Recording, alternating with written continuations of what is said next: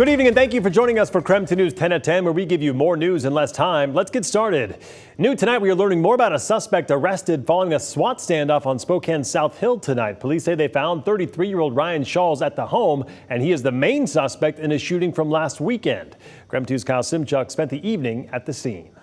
This is the moment 33-year-old Ryan Shawls was taken into custody following a SWAT standoff on Spokane South Hill, which put multiple schools into modified lockdowns this afternoon.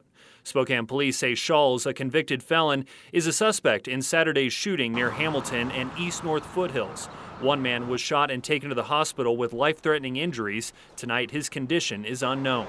Over the weekend, we could see what appeared to be blood dripping down the driver's side door of the car. Police executed search warrants at various locations throughout Spokane County, including a home in Liberty Lake. The SWAT team was called in, but police were unable to find Shawls until today on the South Hill. SPD says detectives developed information that Shawls was at a home near 29th and Division. Due to the violent nature of the shooting and Shawls reportedly being armed, SPD's SWAT team and negotiators responded to the home and shut down a portion of 29th. KREM 2 spoke to a man who said he rents a room in the home. He heard a screen door open and thought it was his roommate, then noticed the SWAT vehicles outside. He ran out and told us he doesn't know the suspect. Following Shawls' arrest, detectives searched the home for evidence related to the shooting. This is the second time Shawls has been arrested this month alone. Back on May 1st, officers responded to gunshots on the lower South Hill. During that incident, they found Shawls in possession of 2 firearms, which he isn't allowed to have, being a convicted felon. Shawls is in the Spokane County Jail tonight facing several charges, including first-degree assault, unlawful possession of a firearm, and drive-by shooting. Court documents could soon show some of the evidence police have against him and a possible motive for the shooting. Reporting in Spokane, Kyle Simchuk, KREM 2 News. Now to a developing story tonight. The lawsuit filed by former WSU head football coach Nick Rolovich was dismissed by a Spokane judge today. That lawsuit was against Governor Jay Inslee, WSU, and WSU athletic director Pat Chun for his termination after not getting the COVID vaccine. Rolovich asked for a religious exemption to the vaccine and claimed that he was unlawfully terminated. Inslee, Chun, and WSU filed motions to have that lawsuit dismissed.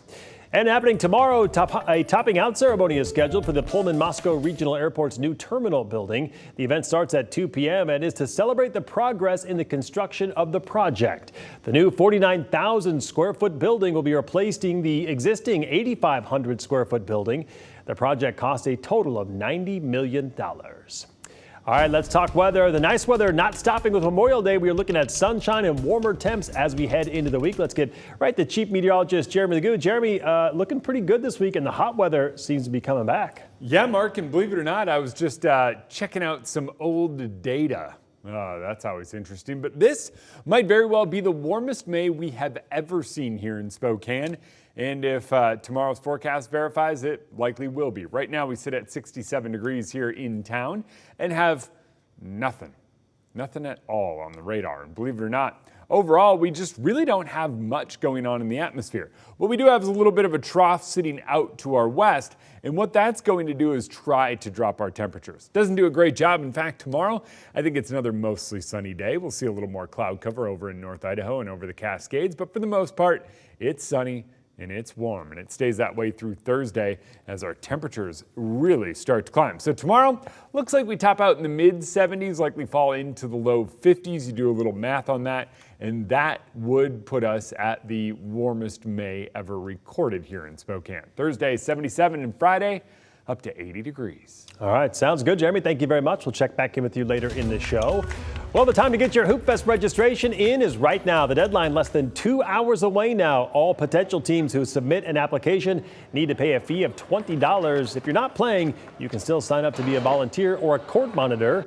It's only the second year since the pandemic, and because of that, they are expecting a bigger turnout this year.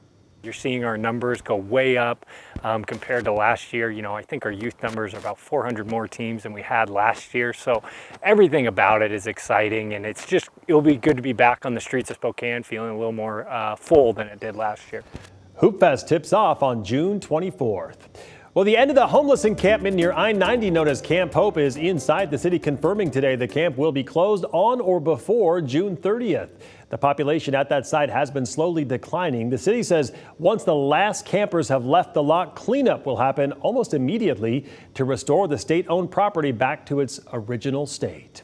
And now to our night beat with a quick look at today's top stories. KREM 2 was the only camera in the courtroom today when a Moses Lake man pleaded guilty today for killing his wife after picking her up from the Spokane airport. Teresa Bergman's body was found in a field in Lincoln County last year after her husband, Charles Bergman, picked her up from the airport. Teresa had just returned from a trip to visit her ex-boyfriend. Bergman was arrested for his involvement in her murder and maintained his innocence until now. Bergman's children spoke to KREM 2 after the hearing. My father definitely deserved 15 years. Do I forgive him? No. That's complicated, I think. It's very hard. complicated. Bergman pleaded guilty to second-degree murder. He will now serve 15 years in prison. The teen who shot and killed another teen in Reardon back in February pleaded guilty this afternoon. 17-year-old Cody White pleaded guilty to first-degree manslaughter and unlawful possession of a firearm. We are not showing his face because he was tried and convicted as a juvenile. White shot and killed 15-year-old Shadrick Hall Turner while they were playing with a gun. White was sentenced to 2.5 years in juvenile confinement and rehabilitation. The Nez Perce County Sheriff's Office has released new photos in hopes of identifying the body pulled from the Clearwater River over the weekend. So take a look. Do you recognize these tattoos? The man has a circular tattoo on his right shoulder and another Celtic tattoo on his right calf. Anyone with any information is urged to contact the Sheriff's Office. That number right there at the bottom of your screen. And that was your Night Beat. To learn more about any of these stories, just text us the word night to 509-448-2000 and we'll send them right to your phone. Well, at this time last year, a 9-year-old girl was recovering at Sacred Heart after a cougar attacked her while at a church camp. Tonight, 1 year later, Lily's spirits are high, but her road to recovery is not over. Lily's mom says doctors say Lily needed 400 to 500 stitches after that cougar attack. Lily says she remembers fighting as hard as she could to survive. The animal was like biting my head really hard, and I just can't. I was kind of like, I think my brain is gone. How am I even alive? I just keep on looking at the animal and it drags me and keeps on dragging me and then it keeps on going back to my head and then my fingers and then my body. Lily says she is still getting laser treatments to this day and can't be in the sun for too long because of her scars. The Washington Department of Fish and Wildlife says the cougar was killed at the scene of the attack. Topping national headlines tonight, Republicans lashed out as House Speaker Kevin McCarthy today for agreeing to a 2-year deal surrounding the debt ceiling. Some even saying they want McCarthy out of office, but he defended the compromise. Speaker McCarthy should pull this bad bill down. Don't tell me you're going to put me over a barrel for $4 trillion because you refuse to do your job.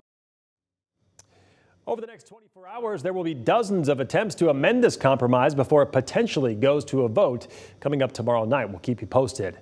And formerly one of the nation's youngest self-made billionaires, Elizabeth Holmes, reported to federal prison this morning. She is now serving 11 years for defrauding investors out of hundreds of millions of dollars. Her company, Theranos, promised a single finger prick of blood would change the world of blood testing. With good behavior, Holmes could be out sooner than that 11 years.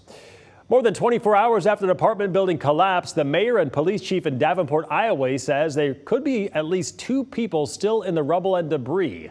Tonight, protesters claim officials didn't look properly for people or pets. Just last night, another woman was rescued after she was seen waving out her window. Officials say they don't know yet why she was not detected in the initial sweeps of the building.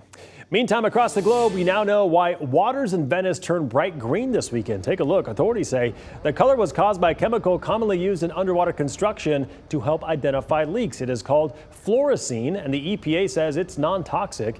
It is still unclear tonight how it ended up in the canal, but officials say it was likely an accident. In Northwest News tonight, authorities have captured the 4 remaining juveniles who escaped from the Echo Glen Juvenile Detention Center near Snoqualmie. Clark County deputies caught them last night in Vancouver, Washington.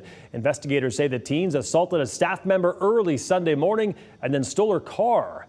Authorities were tracked down the first 3 inmates within a few hours. This marks the 3rd time in less than a year and a half that inmates have escaped from that facility. And the body of one of the climbers who died in an avalanche on Kolchak Peak back in February has been recovered. According to the Chelan County Sheriff's Office, 60-year-old Jeannie Lee from New York was found by a rescue volunteer at the base of Kolchak Peak near Leavenworth. One climber is still missing. The Sheriff's Office says conditions are still not safe enough to search the area for that person. The Department of Natural Resources says hate has no place on public lands. It shared this picture of vandalized signs at the Woodard Bay Conservation Area in Olympia. DNR says someone vandalized the signs on Sunday with hateful speech and symbols. An officer responded and immediately painted over it, and they are working to remove it now. You can report vandalism on DNR lands by calling 855-883-8368.